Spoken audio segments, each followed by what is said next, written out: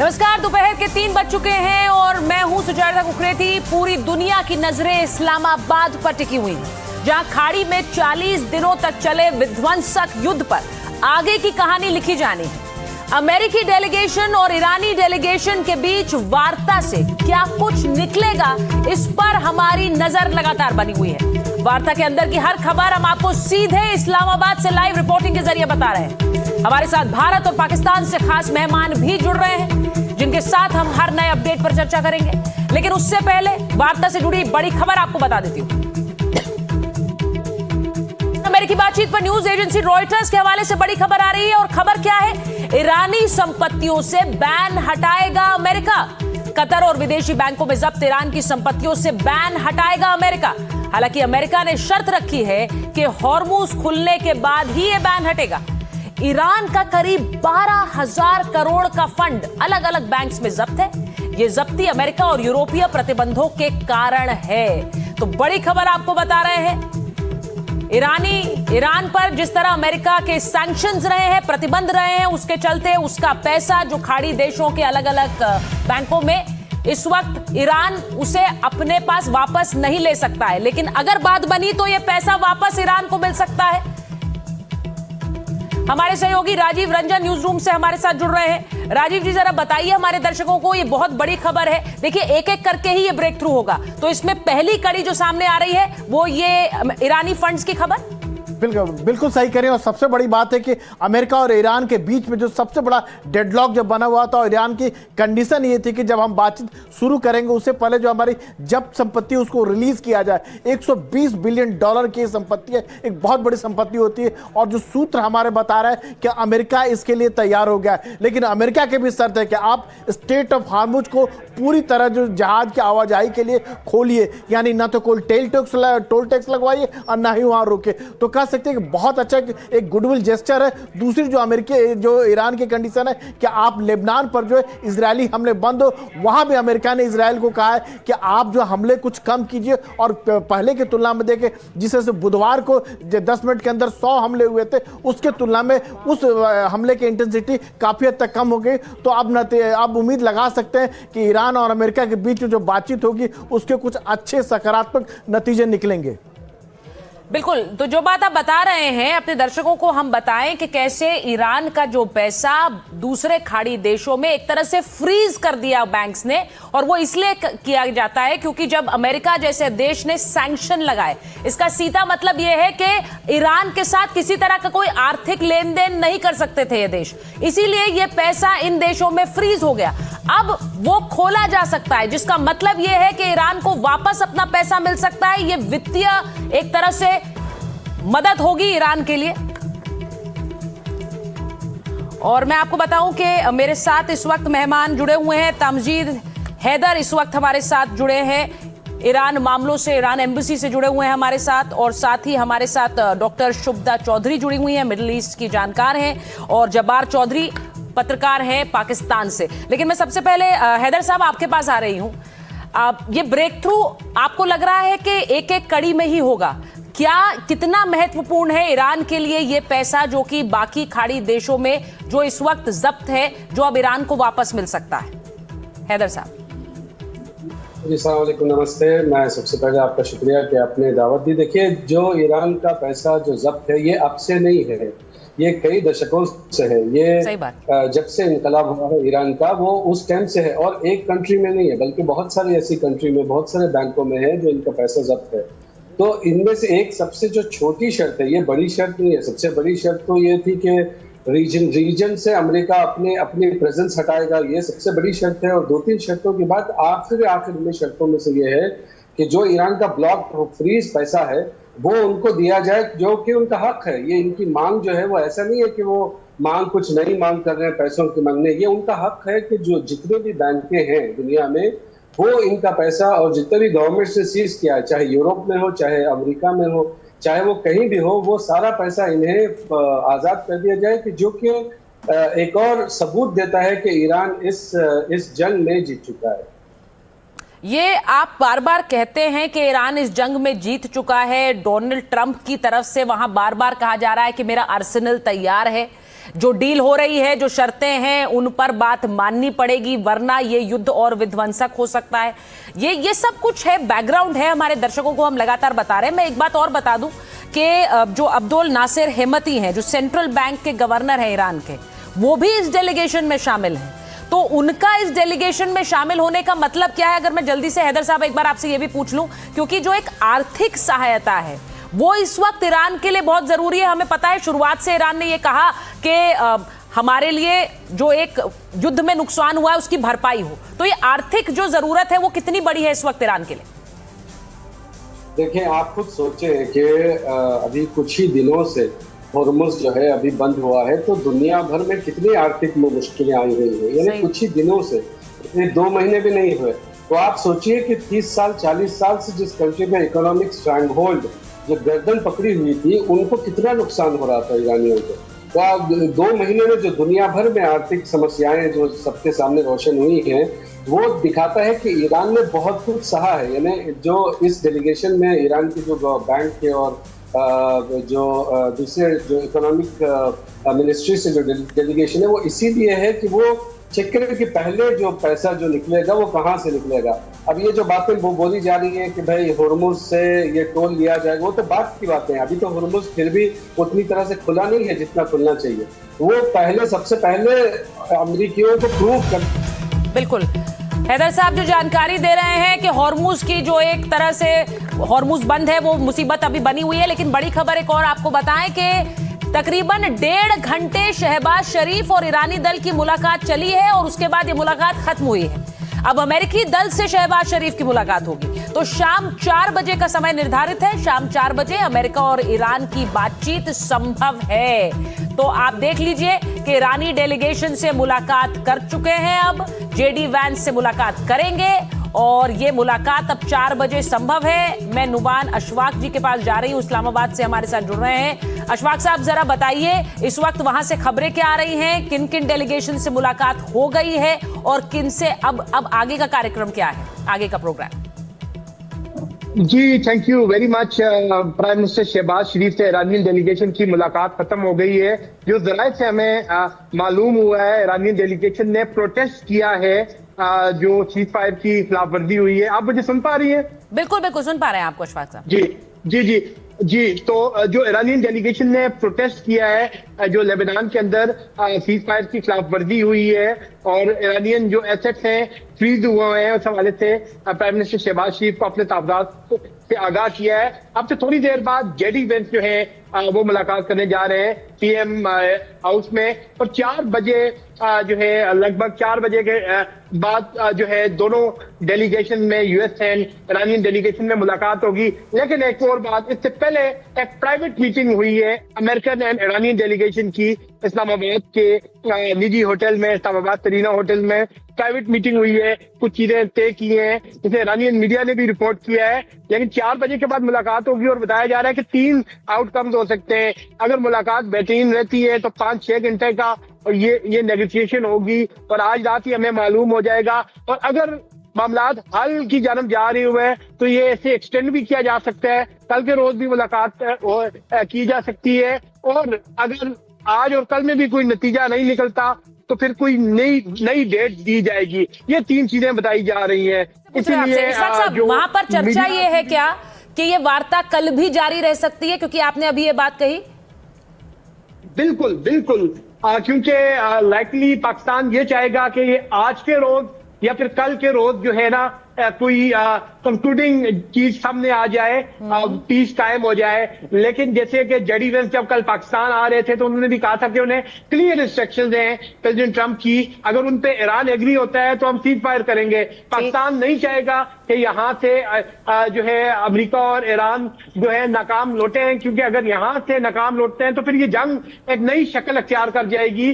तो कोशिश ये की जाएगी कि आज जो 4 बजे के बाद जो डायलॉग होगा 5-6 घंटे का, उसी के अंदर ही मामला सुलझा दिए जाएं। नहीं तो कल तक के लिए भी तैयारियां मुकम्मल हैं। यहाँ पर मीडिया फैसिलिटेशन सेंटर में भी जो है तमाम तैयारियां कल के लिए भी की जा रही हैं। लाइकली अनाउंस अभी नहीं किया गया, लेकिन ये है कि स्टैंड बाय पे चीजें रखी गई हैं कि कल तक भी चीजें जा सकती हैं। और अगर आज और कल में ये मामला हल नहीं होते तो फिर नई डेट दी जाएगी और नया वेन्यू दिया जाएगा, ये अभी तक बताया जा रहा है जी। देखिए, तो ये बड़ी खबर अभी अशफाक साहब सीधे इस्लामाबाद से दे रहे हैं। वो ये कह रहे हैं कि ये बातचीत कल भी चल सकती है, क्योंकि अभी बहुत से ऐसे मसौदे हैं जिन पर एक आम राय नहीं बन पाई है। मैं बड़ी खबर एक बार बता दूं कि अमेरिका ईरान की बातचीत पर रूस से क्या बयान आया है। रूस क्या कह रहा है? इस्लामाबाद में जिम्मेदारी से बात होनी चाहिए। रूसी विदेश मंत्रालय ने कहा कि पाकिस्तान में होने वाली बातचीत में शामिल सभी पक्षों को जिम्मेदार रवैया अपनाना चाहिए और कोई भी ऐसा कदम नहीं उठाना चाहिए जिससे ये पहल पटरी से उतर जाए। तो ये सीधे सीधे इस्लामाबाद टॉक्स को लेकर रशिया का बयान आया है और रूस कह रहा है कि इसमें हर पक्ष को जिम्मेदारी दिखानी चाहिए। मैं शुभदा जी के पास एक बार जा रही हूँ। शुभदा जी, ये बहुत इंपॉर्टेंट पहलू है, लेकिन और जो बड़े बड़े देश हैं, रूस जैसा देश इस पर नजरें गड़ाए बैठा है। अब रूस का बयान भी आ गया है जिसका सीधा मतलब यह है कि ये टॉक्स सफल होनी चाहिए, इनमें बात बिगड़नी नहीं चाहिए। देखिए, मुझे बुलाने के लिए शुक्रिया। जो एक चीज मैं बताना चाहूंगी कि ये दो ग्लोबल ऑर्डर्स के बीच की लड़ाई है। एक तरफ आप यूएस, इजराइल, यूरोपियन यूनियन जिसमें स्पेन को हटा दीजिए और यूके है, और दूसरी तरफ इसमें ईरान, रशिया, नॉर्थ कोरिया और चाइना है। और ये पेट्रो डॉलर और पेट्रो युआन की भी लड़ाई है।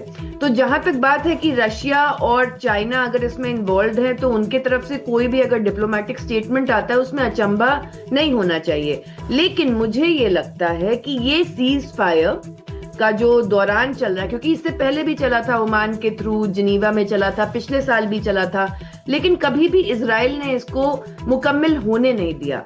तो सबसे बड़ा चैलेंज ये है कि क्या इजराइल इसमें दखलंदाजी करेगा। अभी ईरान के 7 बिलियन एसेट्स जो फ्रोजन थे, यूएस ने बोल दिया है कि उसको अनफ्रीज करेंगे। लेकिन अभी मुद्दा ये भी है कि क्या डोनाल्ड ट्रंप को पता है कि उनका रिवर्स बैकअप प्लान क्या है, क्योंकि मरीन्स और 82nd एयरबोर्न डिवीजन का डिप्लॉयमेंट ईरान के तरफ लगातार चल रहा है। तो अभी जो सीज फायर का फसाड हमारे तरफ दिया जा रहा है, ये कैसे लागू होगा और कैसे यूएस और इजराइल अपने में एक समझौता लाएंगे, क्योंकि लेबनान के ऊपर तो लगातार इजराइल स्ट्राइक कर रहा है। तो लेबनान भी एक बहुत बड़ा मुद्दा है, गाजा भी है और वेस्ट बैंक भी है। देखिए, आपने जो बात बोली है मैं उसी को जरा आगे बढ़ाऊंगी, लेकिन उससे पहले एक बार फिर से जरा हम पाकिस्तान का रुख कर लेते हैं, क्योंकि वहां पर जहां पर ये बातचीत चल रही है और वहां बातचीत चल रही है और इस वक्त ये कहा जा रहा है कि 4 बजे अमेरिका ईरान की बातचीत भी संभव है। नोमान साहब, जरा बताइए इस वक्त क्या है एजेंडे में। भारत के समय के मुताबिक 4 बजे कहा जा रहा है कि ईरान अमेरिकी टॉक्स संभव हैं। क्या वो आपको नजर आ रहा है मसौदे में, या अलग अलग ही अभी पाकिस्तानी डेलीगेशन से बात करेंगे? डिटेल्स तो नहीं शेयर की जा रही। पाकिस्तानी टाइम के मुताबिक 4 बजे, भारतीय टाइम के मुताबिक 4:30 बजे 5 तक बज जाएंगे। तो इससे पहले जैसे ही अमेरिकन डेलीगेशन आया तो एक प्राइवेट मीटिंग तय हो गई है। तो जो बातचीत चल रही थी, जो ईरान पॉइंट्स लेके आया है, और इसी तरह जो जेडी वेंस कह रहे हैं कि जो उनको इंस्ट्रक्शंस दी गई हैं प्रेसिडेंट ट्रंप की जानब से, वो उन्होंने डिस्कस की है। अब उन पे एग्री होना, इसके हवाले से डिटेल्स नहीं आई, लेकिन अभी लग रहा है कि पाकिस्तान बहुत संजीदा है कि ये डायलॉग जो है कोई रिजल्ट जो है ये दे। इस हवाले से पाकिस्तान बहुत संजीदा एफर्ट कर रहा है, क्योंकि जो डिप्लोमेटिक जो टॉक्स थी वो निजी होटल में, और जो पॉलिटिकल टॉक्स थे वो प्राइम मिनिस्टर हाउस में शिफ्ट कर दिए हैं। प्राइम मिनिस्टर हाउस में ये टॉक्स हो रही है। तो अगर कोई तलखी पैदा हो जाती है दोनों ममालिक में, तो पाकिस्तान जो है बीच में मेडिएटर का किरदार अदा कर रहा है। तो आप जो एजेंडे की बात कर रही हैं, तो वो तो बिल्कुल इस तरह अभी तक कोई डिटेल्स नहीं दी गई कि किन चीजों में बात की है। बहरहाल ये सामने आया है कि ईरानी साइड की तरफ से पाकिस्तानी प्राइम मिनिस्टर के सामने प्रोटेस्ट किया गया कि जो सीज फायर की वायलेशन हुई है। और इसी हवाले से कल भी ईरानियन जो डेलीगेशन था वो रिलक्टेंट था। कुछ खबरें आ रही थी कि पाकिस्तान नहीं आ रहा, लेकिन रात को जब वो आए तमाम जो है वो खबरें जो है कल साबित हुई, और आज जेडी वेंस आए तो आज ये बिग डे है जी।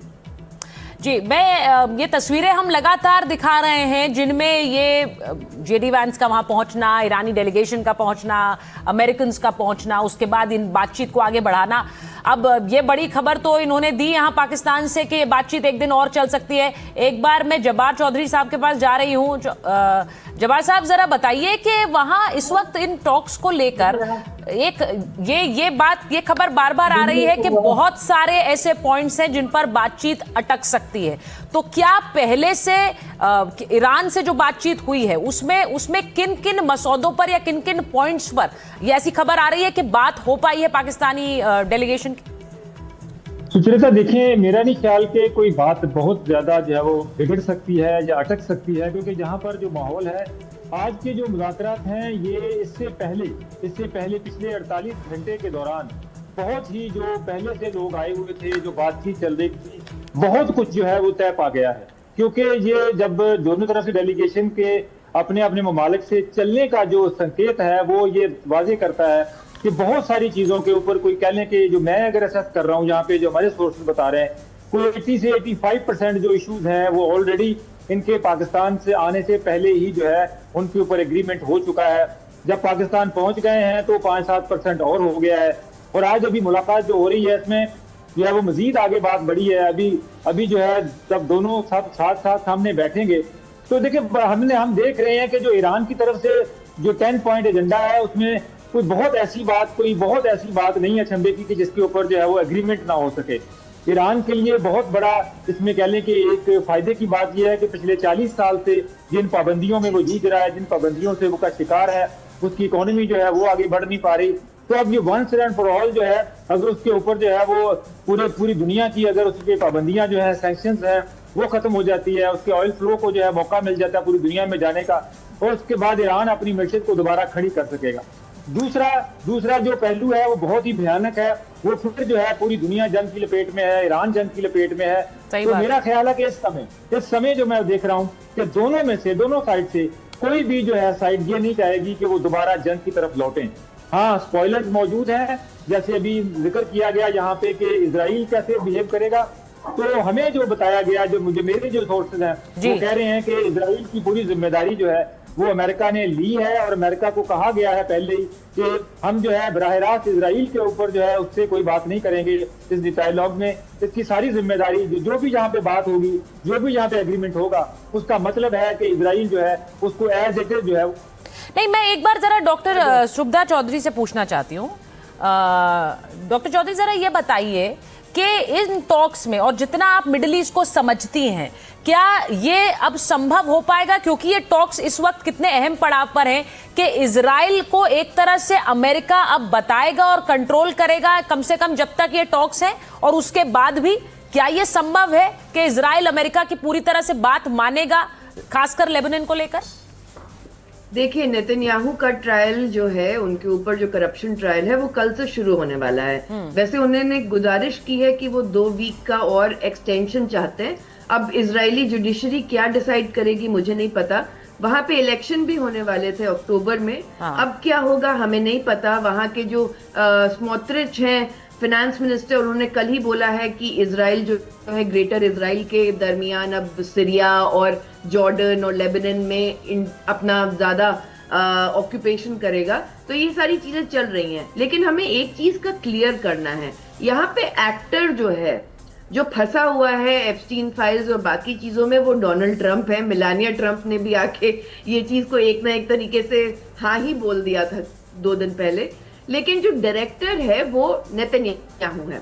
जब चल रही थी ईरान और यूएस के बीच में सीज फायर की टॉक्स जिनीवा में, ओमान मीडिएट कर रहा था, तब इजराइल ने ही बॉम्बिंग शुरू की थी। पहला चीज। दूसरा चीज, पिछले साल भी यही हुआ था।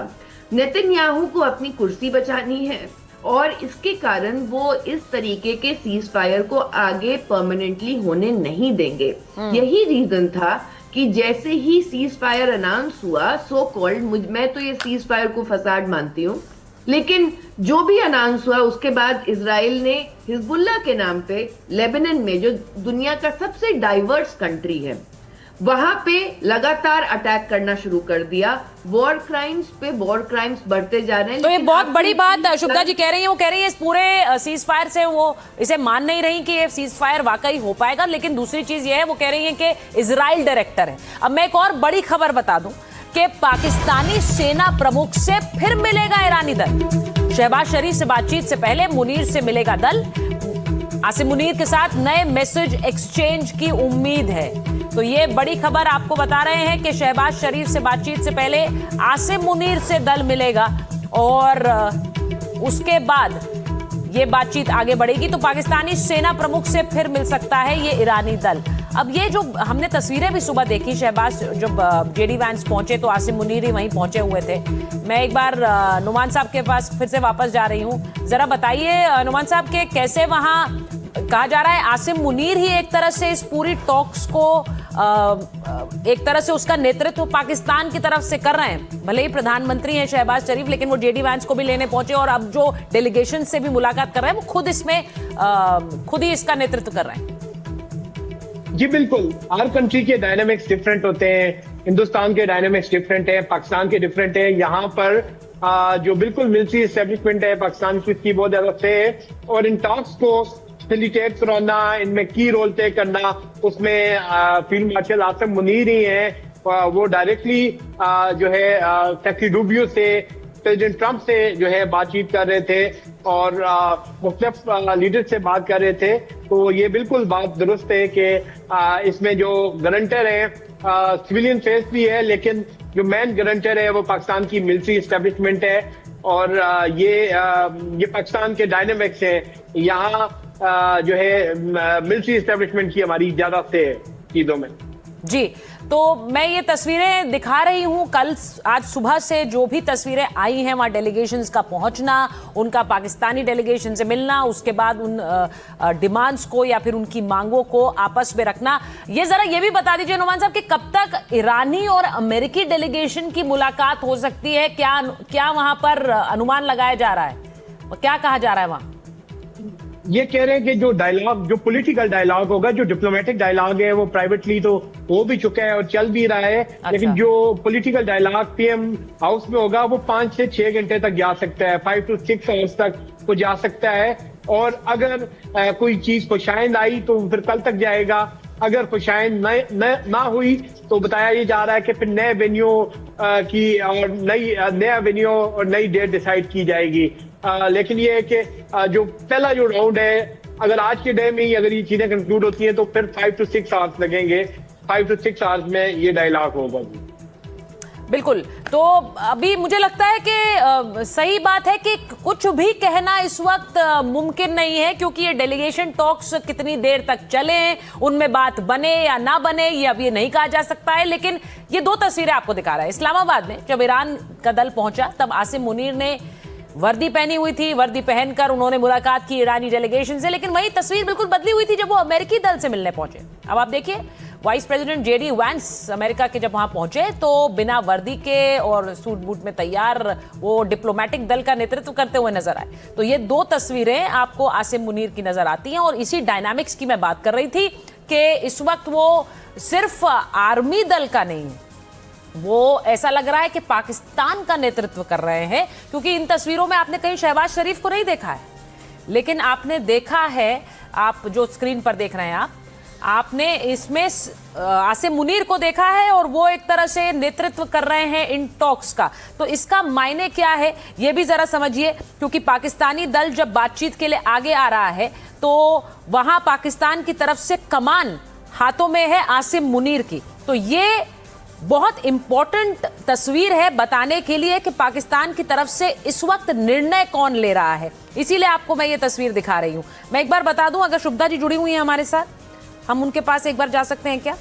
शुभदा जी जरा बताइए। और ये जो इस वक्त डेलीगेशन आप देख रही हैं, आसिम मुनीर को भी लेकर मैं तस्वीर दिखा रही हूँ।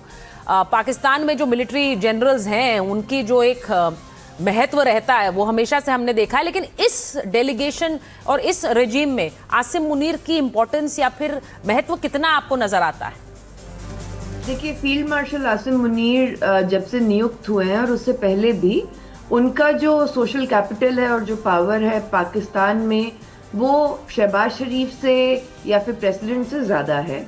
वहाँ तक कि जितना भी डेलीगेशन होता था, इंटरनेशनल सिक्योरिटी कॉन्फ्रेंसेस होते थे, वहाँ पे शहबाज शरीफ के साथ हमेशा आसिम मुनीर जाते थे। तो यहाँ पे शॉट्स कौन कॉल कर रहा है। लेकिन मैं ये भी याद दिला दूं कि अभी हाल ही में डिफेंस मिनिस्टर जो पाकिस्तान के थे, उन्होंने बोला था कि यूएस किस तरीके से पाकिस्तान को एक टॉयलेट पेपर की तरह यूज करता है। तो कहीं ऐसा तो नहीं है कि फिर से यूएस पाकिस्तान को, मैं नहीं चाहती खुदा ना खास्ता कि ऐसा हो, लेकिन यूएस की क्या इसमें इंटेंशन है, क्योंकि आप मानिएगा नहीं, ट्रंप ने अभी से लेके, उसकी प्रेसिडेंसी से लेके अभी तक 420 करोड़ रुपए कमाए हैं। दोनों प्रेसिडेंसी मिला के 9,500 करोड़ रुपए कमाए हैं। और जब ईरान पे सीज फायर वाला जो उन्होंने ट्रुथ सोशल पे डाला था, तभी उनके बेटे बैरन ट्रंप ने इनसाइडर ट्रेडिंग से पैसे कमाए हैं। अब जेडी वैंस जो पाकिस्तान आए हैं, जेडी वैंस को फंड कौन करता है? पैलेंटिर के जो ओनर हैं पीटर थील की कंपनी को कल ही ट्रंप ने ट्रूथ सोशल के पोस्ट पे बहुत वाहवाही दी है। तो आप यहाँ देखिए कि कितना ज्यादा करप्शन, मैनिपुलेशन स्टॉक मार्केट्स का हो रहा है। और जहां तक बात रही कि ये जो वेपन्स मैन्युफैक्चरर हैं अमेरिका के, जैसे लॉकहीड मार्टिन या रेथियन, ये कभी नहीं चाहेंगे कि ईरान के साथ वॉर खत्म हो। ये कभी नहीं चाहेंगे, क्योंकि ये उनका पूरा का पूरा, भले ही एक आम अमेरिकन इलीगल टैरिफ से परेशान है, या फिर हर गैलन ऑफ गैस अब $4 हो गया है, लेकिन ट्रंप जो है वो इस चीज से बिल्कुल नहीं अभी भी। और मैं आपको बता देती हूँ कि यूएस मरीन्स को जो मिला है ड्यूटी जाने का, खरग आइलैंड या फिर ग्रेटर टुन, लेसर टुन या अबू मूसा को ऑक्यूपाई करने का, ये उनको 10 महीने का टाइम दिया गया है। 10 महीने का। ये प्लान सिर्फ 1-2 दिन का नहीं है। इसीलिए मैं कह रही हूँ कि सीज फायर फसाड है। सीज फायर फसाड है, यानी कि सिर्फ एक पर्दा है, एक दिखावा है। मैं हैदर साहब से जरा पूछती हूँ, हैदर साहब आपको भी क्या यही लगता है? क्योंकि देखिए इस वक्त कोशिशें हो रही हैं और हर कोई ये प्रार्थना कर रहा है कि ये कोशिशें सफल हो, क्योंकि युद्ध कोई नहीं चाहता है। लेकिन क्या वाकई इससे उम्मीदें बंधी हुई हैं ईरान की, ये सोचते हुए कि ईरान कुछ हासिल कर इन पीस टॉक्स में आगे बढ़ पाएगा? क्योंकि दोनों तरफ से तो धमकियां ही आ रही हैं। देखिए, यहाँ पे ईरानी अवाम भी और ईरानी गवर्नमेंट भी किसी को अमेरिका पर और इसराइल पर किसी को भरोसा नहीं है। और ये साबित भी हो चुका है कि कई दफा ये भरोसा तोड़ा गया है। और आम यानी आम पब्लिक में सब जानते हैं कि किसने भरोसा तोड़ा है। तो किसी को ये भरोसा नहीं है और सब लोग यही जान के चल रहे हैं कि अमेरिका और इसराइल फिर से धोखा करेंगे। आज वो पीस की बात करते हैं, कल फिर से वो हमला करेंगे, किसी न किसी तरीके से मुश्किलें पैदा करेंगे। तो इनको सिर्फ एक ही रास्ता है, ईरानी अवाम ने भी यही कहा, गवर्नमेंट ने भी यही कह रहे हैं कि एक ही रास्ता है कि अमेरिकन प्रेसिडेंट्स को पूरे जो मिडिल ईस्ट का जो एरिया है, वेस्ट एशिया जिसे अभी कहते हैं, उस जगह से उसके प्रेजेंस को हटा देना चाहिए। कि अगर उसको अगले दिन, अगर किसी साल के अगले महीने, अगले साल जब भी उसको ये हमला करने का या कुछ भी प्रॉब्लम करने की अगर उसने सोची, तो फिर उसके पास वो जराए और रास्ते मौजूद ना हो कि वो आसानी से ये काम कर सके। तो अभी जो है ईरान यही चाहता है कि इमीडिएटली, अगर सीज फायर का आप कहते हैं, तो इमीडिएटली जो है प्रेजेंस को हटा दिया जाए। और जो ईरान के जो ज्यादातर लोग मानते हैं कि अगर अमेरिका बातचीत की टेबल पर आया है तो वो इसलिए क्योंकि हॉर्मूज पर एक ब्लॉकेड है और वो अमेरिका के लिए बहुत मायने रखता है। और भले ही डोनाल्ड ट्रंप ये कहते रहे कि हॉर्मूज की हमें ज़रूरत नहीं है, आप लोग खुलवा लीजिए जिससे ज़रूरत है, लेकिन अगले ही दिन वो धमकी भी दे देते हैं। बहरहाल उस पर कोई फैसला हो पाएगा कि नहीं हम नहीं जानते हैं। ईरानी संसद अध्यक्ष मोहम्मद गालिबाफ ने मिनाब स्कूल हमले में मारे गए 168 बच्चों को श्रद्धांजलि दी। उन्होंने शांति वार्ता के लिए इस्लामाबाद आते वक्त प्लेन से एक दिल झकझोर देने वाली फोटो शेयर की। इसमें खाली सीटों पर मिनाब में मारे गए बच्चों की तस्वीरें लगी थी, खून से लथपथ बैग दिखाई दे रहे थे। किसकी होगी कूटनीतिक जीत? बनेगी बात या और बिगड़ेंगे हालात? ईरान ने याद दिलाया मिनाब।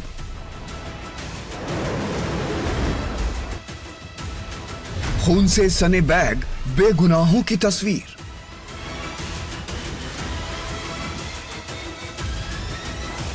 ईरान अमेरिका जंग से हो रही तबाही को रोकने के लिए अब कूटनीति का रास्ता खोजा जा रहा है। दोनों देशों के बीच आज होने वाली अहम बातचीत पर पूरी दुनिया की नजर है।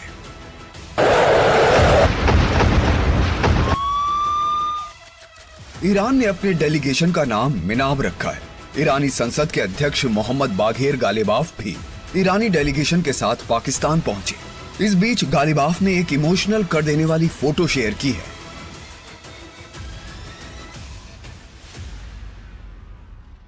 गालिबाफ ने सोशल मीडिया प्लेटफॉर्म एक्स पर प्लेन से एक तस्वीर पोस्ट की है। उन्होंने इस्लामाबाद की यात्रा के दौरान मिनाब स्कूल हमले में मारे गए बच्चों को याद किया। प्लेन की सीटों पर बच्चों की तस्वीरों के साथ साथ खून से सने स्कूल बैग भी नजर आ रहे हैं। गालिबाफ ने इन सभी तस्वीरों के सामने सफेद गुलाब रखकर उन 168 बेगुनाह बच्चों को श्रद्धांजलि दी जो हमले में मारे गए थे। तस्वीर में गालिबाफ तस्वीरों को देखते हुए नजर आ रहे हैं। इस दौरान उनके चेहरे पर मायूसी और दर्द साफ झलक रहा है।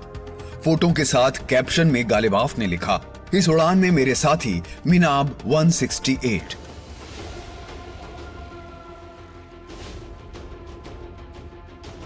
शांति वार्ता के लिए इस्लामाबाद आए गालिबाफ ने तस्नीम न्यूज एजेंसी से बात करते हुए अमेरिका के इरादों पर शक जाहिर किया। उन्होंने कहा कि अमेरिकियों के साथ बातचीत का एक्सपीरियंस हमेशा बेकार रहा है। दूसरी तरफ अमेरिकी राष्ट्रपति ने भी सोशल मीडिया पोस्ट के जरिए ईरान को धमकाया है। उन्होंने कहा कि ईरानियों को शायद ये एहसास नहीं है कि अंतर्राष्ट्रीय जल मार्गों का इस्तेमाल करके दुनिया को डराने के अलावा उनके पास कोई और कार्ड नहीं है। वो आज अगर जिंदा हैं तो सिर्फ बातचीत करने के लिए। Well, I wish him luck. He's got a big thing. We'll find out what's going on. They're militarily defeated, and now we're going to open up the Gulf with or without him. But that'll be open. We're going to be, or the Strait as they call it, and I think it's going to go pretty quickly. And if it doesn't, we'll be able to finish it off one way or the other. It's going well. The Navy's gone. The Air Force is gone. All anti-aircraft is gone. The leaders are gone. The whole place is gone. So we'll see how it turns out. So it's JD, it's Steve and Jared. You have a good team, and they meet tomorrow. We'll see how it all works out. एक तरफ Iran दुनिया को संदेश देने की कोशिश कर रहा है कि अमेरिका ने मासूम बच्चों की जान ली, आम नागरिकों को मारा है, तो दूसरी ओर अमेरिका चाहता है कि ईरान को किसी तरह झुकाया जाए। अब बातचीत में क्या निकलेगा उसका इंतजार है। Bureau report, NDTV India.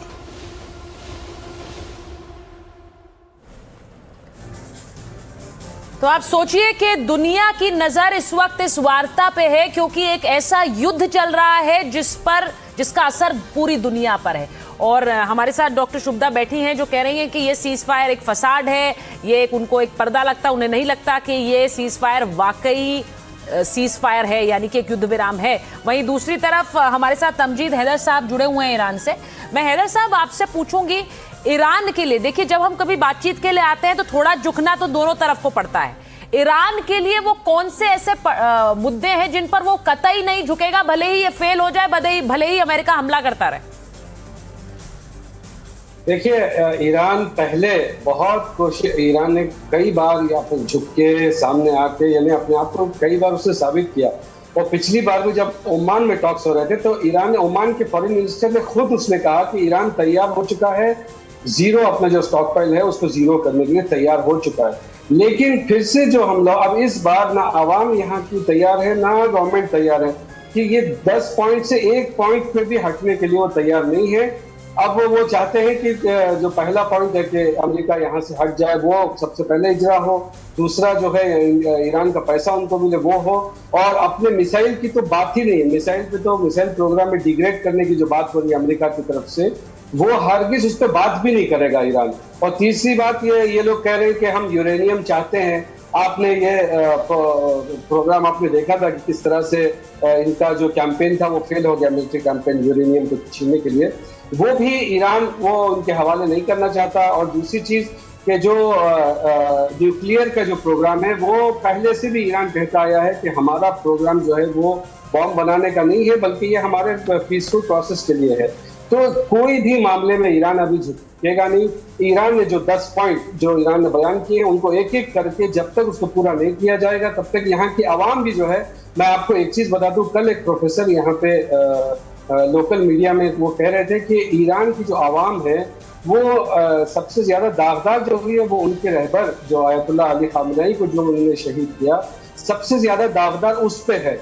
और वो कह रहे हैं कि इनका इंतकाम सिर्फ यही हो सकता है कि अमेरिका से बातचीत भी न की जाए जब तक वो अमेरिका ये 10 पॉइंट पर राजी नहीं होता। ये तो बहुत बड़ी बात है, लेकिन ये भी बिल्कुल साफ लगता है कि कुछ चीजों पे तो झुकने के लिए तैयार होगा तभी बातचीत के लिए आगे आया है, वरना सीधे कह देता हम तो नहीं मान सकते हैं। तो अगर ये बातचीत आगे बढ़ी, डोनाल्ड ट्रंप बार बार कहते रहे हैं शुभदा जी कि मैं कुछ ऐसे नेताओं से बात कर रहा हूं जो अच्छे हैं, दे आर गुड पीपल, और वो ये भी कह रहे हैं कि वो मौजूदा पुरानी रजीम नहीं है। लेकिन फिर वो रजीम कौन सी है, क्योंकि गालिबाफ भी वही हैं, अराक्ची भी वही हैं, मसूद पेजेश्कियान भी वही हैं। तो मेरा सवाल ये है कि ये रजीम चेंज तो नहीं है, लेकिन बहुत सी चर्चाएं तो ऐसी भी आ रही हैं, खबरें ऐसी भी आ रही हैं कि जो सुप्रीम लीडर हैं वो भी अपने ईरानी डेलीगेशन से टच में है इस बातचीत के दौरान। तो देखिए, अब ट्रम्प किस चीज को क्या रजीम मानते हैं, क्या चेंज मानते हैं, उनका दिमाग कैसे चलता है कैसे नहीं चलता है, ये एक आम आदमी के बस की बात नहीं है समझना। लेकिन एक मुद्दा ये है कि जीसीसी कंट्रीज में आप सोचिए कि क्यों अमेरिकन बेसेस हैं 19। तो इसका शुरुआत ही हुआ था, अमेरिका ने इस चीज का पूरा एक नेतृत्व किया था कि आप ईरान से एकदम अपने आप को अगर बचाना चाहते हैं तो आपको अमेरिकन बेसेस चाहिए। तो 18 से 19 बेसेस लगे और 50 अमेरिकन सोल्जर्स को डिप्लॉय किया गया। लेकिन मेरा क्वेश्चन ये है कि क्या सऊदी अरेबिया का कोई बेस है अमेरिका में, क्या कतर का कोई बेस है अमेरिका में या यूके में, क्या यूएई का कोई बेस है अगर यूके या यूएस में।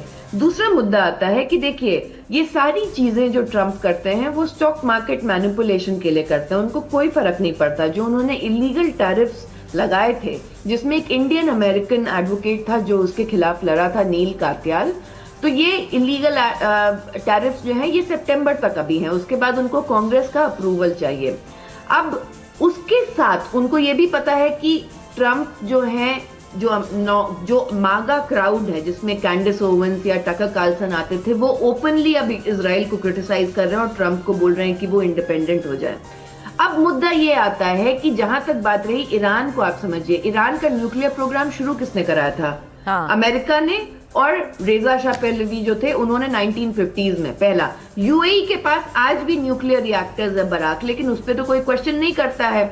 दूसरी चीज है कि 1953 में ईरान के जो डेमोक्रेटिकली इलेक्टेड प्रेसिडेंट है मोसादिक जी, उनको CIA और MI6 ने कू के तरह हटा दिया। फिर उसके बाद जब ईरान इराक वॉर चला, 8 साल का चला, उसमें इराक को वेपन सप्लाई किए। जब 2003 में इलीगली यूके यूएस ने विदाउट UN अप्रूवल इराक पे जब इन्वेड किया, तो उसका फायदा किसको हुआ? आम अमेरिकन नागरिक या आम इराकी नागरिक को हुआ? नहीं हुआ। उसका फायदा हुआ जॉर्ज बुश जूनियर को, डोनाल्ड रम्सफील्ड को, डिक चेनी को, जो वो अमेरिकन कैबिनेट या रिजीम में थे, और इजराइल को, क्योंकि इजराइल को। ये तो शुभदा जी, ये बात तो हम खुद ही कितनी बार कर चुके हैं कि अमेरिकी प्रशासन ने कैसे कई बार अपने हितों को, और कई बार क्यों, अपने हितों को देखते हुए उन्होंने सरकारें बनवाई हैं, गिरवाई हैं, फैसले बदले हैं, और अब जब ये युद्ध छेड़ दिया है तो अब वार्ता की बेस पर आए हैं। अब उस पे भी वो अपना हित देखेंगे, ईरान पर अपना हित देखेगा, स्वाभाविक है। मैं एक बार जरा ये बताना चाह रही हूं अपने दर्शकों को कि ईरान के जो अखबार हैं उनमें आज बड़ी फ्रंटलाइन हेडलाइंस क्या हैं, फ्रंट पेज हेडलाइंस। युद्ध नहीं, लेकिन प्रतिरोध जारी रहेगा। ईरान की रक्षा का तीसरा अध्याय शुरू हो चुका है। अब ये हेडलाइंस हैं ईरान के अखबारों की। हॉर्मुज स्ट्रेट पर ईरान की नई रणनीति, प्रतिरोध और दबाव दोनों मोर्चों पर तैयारी है। अब आप सोच लीजिए, दबाव भी बना रहा है, लेकिन प्रतिरोध आखिरी सांस तक जारी रहेगा, और उसमें सुप्रीम लीडर की तस्वीरें भी छपी हैं। तो वैश्विक ताकतों को हम खुली चुनौती देंगे, इस तरह का एक लहजा ईरानी अखबारों में नजर आ रहा है। अमेरिकी नैरेटिव को एक बहुत बड़ा झटका लगा है। जन समर्थन ही ईरान की असली ताकत है, तो अपने लोगों को भी एक तरह से वो मोबिलाइज कर रहा है, ये कहकर हेडलाइंस जो अखबारों में छपी हैं। इस्लामाबाद में युद्ध का दूसरा चरण है। अब देखिए, ये भी कहा जा रहा है यानी वो इस बातचीत को युद्ध के एक चरण की तरह देख रहे हैं। ईरान का झुकने से इनकार, समझौता सम्मान के साथ, यानी सम्मान नहीं तो कोई समझौता नहीं। 10 सूत्रीय प्लान ही इस्लामाबाद वार्ता का आधार है, ये ईरान डेली ने छापा है। ऊर्जा राजनीति को लेकर भी बात कही है कि ऊर्जा राजनीति में ईरान की उभरती भूमिका है, यानी कि जो बात बार बार यूरेनियम संवर्धन की हो रही है उसी को लेकर ये बहुत बड़ा पॉइंट है। 2 बातें जिनके लिए युद्ध हुआ, यूरेनियम एनरिचमेंट नहीं होगा, यूरेनियम संवर्धन नहीं होगा, दूसरा रेजिम चेंज चाहिए, वो जो पहले का शासन है वो नहीं चाहिए। क्या ये दोनों एक मुझे नहीं लगता हुआ है, और दूसरा हो पाएगा कि नहीं हैदर साहब, क्योंकि मुझे तो नहीं लगता ये रेजिम चेंज है। और दूसरा, यूरेनियम संवर्धन को लेकर ईरान का स्टैंड क्या है? ट्रंप कह रहे हैं ये नहीं पॉसिबल है, ये नहीं कर सकते आप।